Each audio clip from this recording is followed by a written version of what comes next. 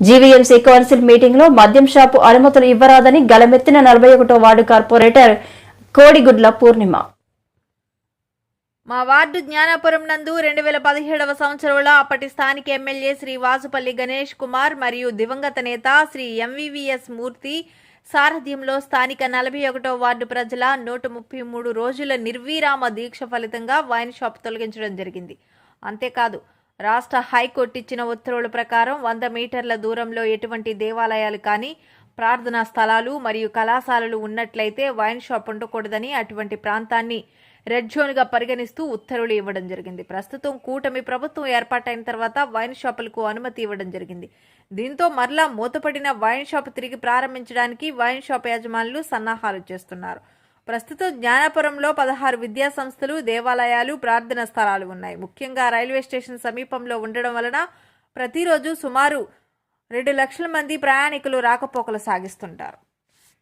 Madam అలాగే sir commissioner sir ఒక్క విషయం సార్, జ్ఞానాపురం అనేది 16 విద్యా సంస్థలు అలాగే దేవాలయాలు చర్చిలు ఉన్నాయి సార్ అక్కడ.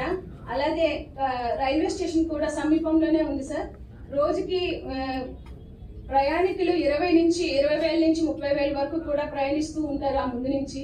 అలాంటి ఆ ప్లేస్ లోని వైన్ షాప్ పెట్టడం అనేది జరుగుతూ ఉంది. గతంలో ఇదే విధంగా 2017లో పెట్టారు సార్. దానికి ఎంవీవీఎస్ మూర్తి గారు అలాగే ఎక్స్ ఎమ్మెల్యే గారు వాసుపల్లి గణేష్ కుమార్ గారు చొరవతో దాన్ని ఆపడం జరిగింది. అలాగే ప్రజలు 133 రోజులు దీక్ష చేశారు సార్. దాని గురించి కోర్టులకు స్టే వేయడం జరిగింది. హైకోర్టు కూడా దానికి మంచిగానే తీర్పునిచ్చారు. రెడ్ జోన్ గా ప్రకటించాలి అని చెప్పి ఇచ్చారు సార్. అదే అప్పటి కలెక్టర్ గారు దానికి కొలతలు కొలిచి మరీను 100 మీటర్ల దగ్గరలో అలాంటివి ఏవైనా ఉండకూడదు, అంటే స్కూళ్ళు ఆ జోన్ దగ్గరలో ఉండకూడదు, వైన్ షాప్ తీసేయాలి అని చెప్పి ముగించడం జరిగింది సార్. మళ్ళీ ఈ మధ్య దాన్ని మళ్ళీ ప్రారంభించడం జరుగుతుంది.